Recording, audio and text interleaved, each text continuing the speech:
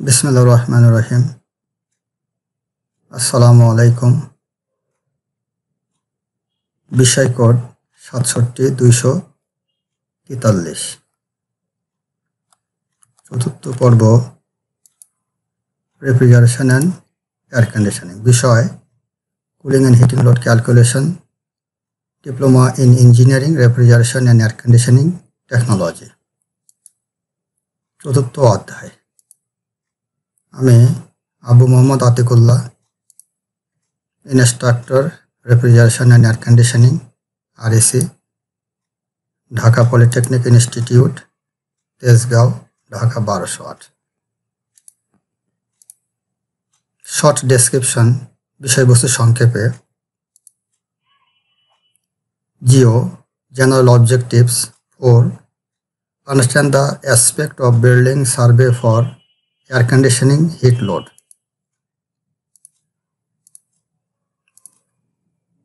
Building survey মাধ্যমে শীতাতপ নিয়ন্ত্রণ ব্যবস্থার হিট লোড নির্ণয়। স্পেসিফিক অবজেক্টিভ বা SO 4.1 State the meaning of building survey for cooling load calculation. Cooling load calculation building সার্ভের অর্থ। 4.2 mention the physical factor which should be considered in estimation of cooling load.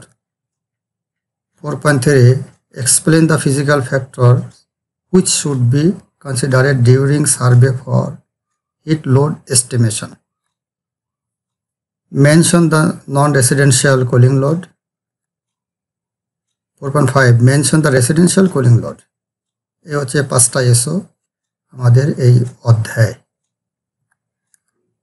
4.1 state the meaning of building survey for cooling load calculation.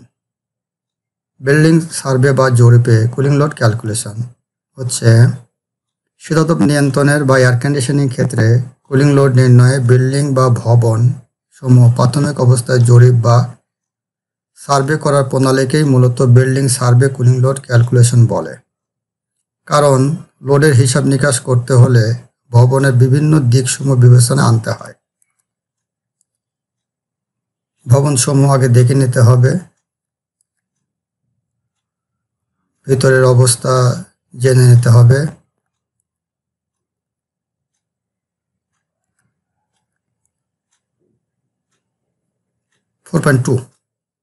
Mention the physical factor which should be considered in estimation of cooling load. Cooling load নির্ণয়ে বাহ্যিক factor সমূহ নিম্নোক্ত তথ্যসমূহ জানতে হবে। 1 নম্বর building বা ভবনের ভৌগোলিক অবস্থান সম্পর্কে। 2 নম্বর বিল্ডিং বা ভবনটি কোনমুখী তা জানতে হবে। 3 নম্বর আশপাশের অবস্থান সম্পর্কে। 4 নম্বর বিল্ডিং বা ভবনের ব্যবহার। 5 নম্বর বিল্ডিং বা ভবনের পরিমাপ। 6 নম্বর বিল্ডিং বা ভবনের বাইরের বিবরণ। 7 নম্বর নির্মাণ সামগ্রী এবং দরজা ও জানালা। 8 নম্বর সিঁড়ি বা এসকালেটর এবং লোক সংখ্যা সম্পর্কে জানতে হবে। 9 নম্বর ভিতরে রক্ষিত আসবাবপত্র যন্ত্রপাতির অবস্থান। 10 নম্বর লাইট, ফ্যান ও বৈদ্যুতিক সরঞ্জাম ও ব্যবহার কাল সম্পর্কে জানতে হবে। 11 নম্বর ভেন্টিলেশন এবং ইনফিল্ট্রেশন। 12 নম্বর সার্ভিস, সুযোগ সুবিধা ইত্যাদি সম্পর্কে জানতে হবে।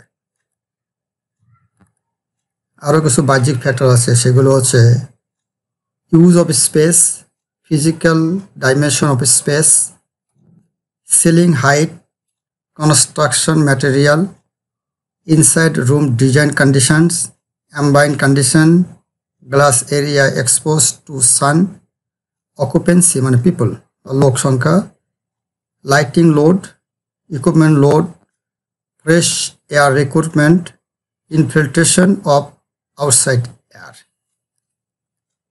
এই হচ্ছে আমাদের বিল্ডিংয়ের মধ্যে অবস্থান। কম্পোনেন্ট সমূহ বিভিন্ন কম্পোনেন্ট আছে, দেওয়াল, ছাদ, লাইট, পিপুল, মেঝে, সূর্য ইত্যাদি। কুলিং লোড কম্পোনেন্টসের মধ্যে আরও আছে ওয়াল, rope, windows, skylights, solar radiation, ceiling, interior walls, people, light, equipment, appliance, infiltration, ventilation, system heat gain ইত্যাদি। Explain the physical factor which should be considered during survey for heat load estimation. নিম্নোক্ত দিকসমূহ বিবেচনা করতে হবে। বিভিন্ন প্রকার ও বিভিন্ন অবস্থায় গ্লাসের ভিতর দিয়ে প্রবাহিত সৌর তাপচাপ। 2 নম্বর, দেওয়াল ও ছাদের ভিতর দিয়ে বিভিন্ন সময় প্রবাহিত সৌর তাপ বা পরিবেশগত তাপচাপ। 3 নম্বর, মেঝে, পার্টিশন ইত্যাদির ভিতর দিয়ে প্রবাহিত তাপচাপ। 4 নম্বর, ভিতরের বা অভ্যন্তরের উৎসসমূহ যেমন লাইট, ফ্যান, বৈদ্যুতিক যন্ত্রপাতির লোক থেকে তৈরি তাপচাপ। 5 নম্বর, ভেন্টিলেশন, এয়ার চার্ট। 6 নম্বর, বাইরের বাতাসের তাপচাপ। 7 নম্বর, সাইকোমেট্রিক ও অন্যান্য বহুবিধ চার্ট ইত্যাদি বিবেচনা করতে হবে। 4.3 Explain the physical factor which should be considered during survey for heat load estimation. Heat বা তাপের নানাবিধ উৎস থেকে অঙ্ক কষে হিট লোড নির্ণয় করা অত্যন্ত জটিল ও কঠিন ও সময় সাপেক্ষ ব্যাপার। আর বিভিন্ন সংস্থা যেমন অ্যাশরে, এআরআই, ক্যারিয়ার এয়ার কন্ডিশনিং বা এসি কোম্পানি মূল্যবান তথ্য সম্বলিত অসংখ্য চার্ট ও গ্রাফ তৈরি করে রেখেছে, যা ডিজাইন কাজে অহরহ ব্যবহার করতে হয়। এসব গ্রাফ বা চার্টের মধ্যে রয়েছে 1 নম্বর, ভেন্টিলেশন এয়ার চার্ট। 2 নম্বর, বাইরের বাতাসের তাপ চার্ট মানে আউটসাইড এয়ার হিট চার্ট। 3 নম্বর, ভিতরের তাপের উৎস light, fan, load, plug load বা সকেট লোড ইত্যাদি। 4 নম্বর, বিভিন্ন প্রকার ও বিভিন্ন অবস্থায় গ্লাসের ভিতর দিয়ে প্রবাহিত সৌর তাপচাপ। 5 নম্বর, দেওয়াল ও ছাদের ভিতর দিয়ে বিভিন্ন সময়ে প্রবাহিত পরিবেশগত তাপচাপ। এ হচ্ছে আমাদের একটা শক হিট লোড এস্টিমেশন করার জন্য ব্রিটিশ পদ্ধতিতে করা আছে। এখানে আমাদের কলাম আছে 1, 2, 3, 4, 5, 6, 7টা কলাম। আর এই রোগুলো আছে হচ্ছে 1 নম্বর থেকে সূর্যমুখী জানালা, দরজার মোট এরিয়া, দেওয়াল, তারপরে পার্টিশন, সিলিং, মেঝে, রুমের আয়তন, লোক সংখ্যা, লাইট, ফ্যান, যন্ত্রপাতি, এগুলোর মানগুলো বের করে নিতে হবে, সমষ্টি টোটাল করতে হবে। তারপরে ল্যাটিন হিট ডাক্ট লস, এগুলো সব যোগ করে এখানে সমষ্টি নিয়ে আসতে হবে এই স্ট্রাকচার অনুসারে। এরপর আমাদের একটা এক্সাম্পল দেওয়া আছে। একটি ভবনের এসি ডিজাইন করতে হবে। ভবনটা হচ্ছে আবাসিক হবে। এর অবস্থান হচ্ছে 40 ডিগ্রি অক্ষাংশ, আবহাওয়া ডাইভার তাপমাত্রা 38 ডিগ্রি সেলসিয়াস, বহির্ভাব তাপমাত্রা 26 ডিগ্রি সেলসিয়াস, ভিতরে প্রয়োজন হচ্ছে 25 ডিগ্রি সেলসিয়াস। ভবনের বর্ণনা আছে 35 ফুট গুণ 28 ফুট গুণ 11 ফুট। লোক সংখ্যা হচ্ছে 9 জন। লাইট মোট 500 ওয়াট, ফ্যান 3টি, বৈদ্যুতিক যন্ত্রপাতি যেমন radio, TV, fridge, electric iron ইত্যাদি আছে। এর মধ্যে আমাদের সমাধান আছে যে জানালার সর্বমোট কাচের পরিমাণ 80% হিসাবে এগুলো আমাদের ধরার পরে যে মানগুলো আসবে এগুলো টোটাল একটা আয়তন আসবে আমাদের 10,780 ঘন ফুট। ডিটেলস পরে আমরা করব, আপাতত জেনে নেই। এই মানগুলো উক্ত যে আমাদের প্রথম যেটা দেখিয়েছি ওটাতে মানগুলো বসানোর পরে সর্বমোট আমাদের আসবে হচ্ছে 42,881। 42,881। এরপরে এখানে ভেন্টিলেশনের জন্য আমাদের আছে 1402 CFM, বাতাস পরিবর্তন বা এয়ার চেঞ্জের জন্য হচ্ছে 7.7 মিনিটে একবার। এয়ার কন্ডিশন যন্ত্রের ক্যাপাসিটি হচ্ছে 3.57 টন বা টিআর। সুতরাং বিমান যন্ত্রের ক্ষমতা হবে 3.5 টন। এরপর আছে bypass factor. Bypass factor coil নির্গত বাতাসের তাপমাত্রা ও কয়েলের তাপমাত্রায় প্রবিষ্ট বাতাসের তাপমাত্রা ও কয়েলের তাপমাত্রা বিয়োগফলের অনুপাতকেই বাইপাস ফ্যাক্টর বলে। একে বিপিএফ দ্বারা প্রকাশ করা হয়। বিপিএফ সমান হচ্ছে কয়েল নির্গত বাতাসের তাপমাত্রা বিয়োগ কয়েলের তাপমাত্রা ডিভাইডেড প্রবিষ্ট বাতাসের তাপমাত্রা বিয়োগ কয়েলের তাপমাত্রা, মানে T3 minus T2 divided T1 minus T2। এরপরে যেমন দেওয়া আছে একটা অঙ্ক, T2 যদি 40 ডিগ্রি ফারেনহাইট এবং T1 যদি 85 degree Fahrenheit, T3 58 degree Fahrenheit হয়, সুতরাং বাইপাস ফ্যাক্টর কত হবে? আমরা জানি বিপিএফ সমান T3 minus T2 divided T1 minus T2। উক্ত মানগুলো যদি আমরা বসাই তাহলে পাবো 0.4। এটি হচ্ছে অ্যান্সার, কারণ বাইপাস ফ্যাক্টরে কোনো একক নাই, কারণ ইহা একটি অনুপাত। এই পর্যন্ত মোটামুটি আমাদের অনাবাসিক। এবার অনাবাসিকের ক্ষেত্রে কুলিং লোড নির্ণয়, নন রেসিডেন্সিয়াল কুলিং লোড।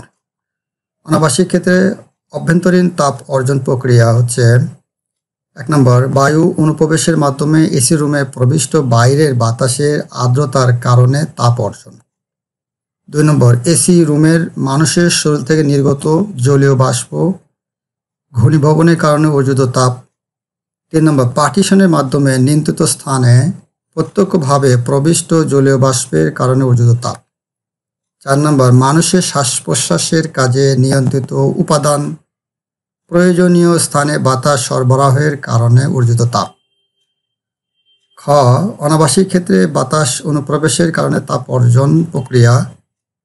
1 নম্বর স্তূপজনিত প্রভাব বা স্ট্যাক ইফেক্ট।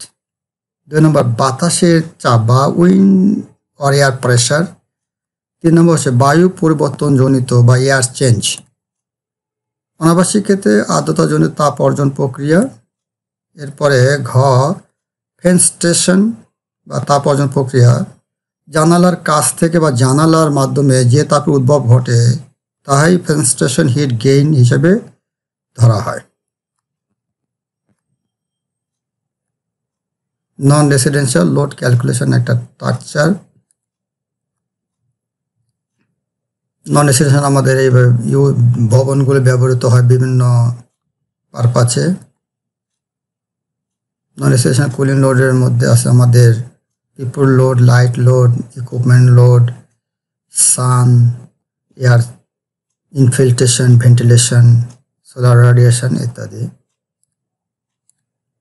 নন রেসিডেন্সিয়াল এর কুলিং লোডের জন্য আমাদের বের করব space characteristics and heat load source, এই একটা সমীকরণের মাধ্যমে। 2 নম্বর computer application in cooling load calculation, এর মাধ্যমে আমরা বের করতে পারি। 3 নম্বর হচ্ছে ম্যাটেরিয়াল অ্যান্ড অ্যাপ্লিকেবল মেথডের মাধ্যমে আমরা কুলিং লোড ক্যালকুলেশন করতে পারি। 4 number space design cooling load calculation by CLTD SCLF। Number 5 external cooling load, এর মধ্যে রুফ, ওয়াল, গ্লাস ইকুয়েশন এভাবে হবে। ফেনস্টেশন এখানে আছে, কন্ডাকশন, রেডিয়েশন। তাহলে কন্ডাকশনের জন্য সূত্র হচ্ছে Q conduction equal to AU CLTD অথবা UA CLTD। আর কিউ রেডিয়েশন এর সূত্র হচ্ছে A into SC into SCL। আর number 6 partition, ceiling and floor এর পদ্ধতির মাধ্যমে আমরা করতে পারি Q equal to U into A into TA minus TRC।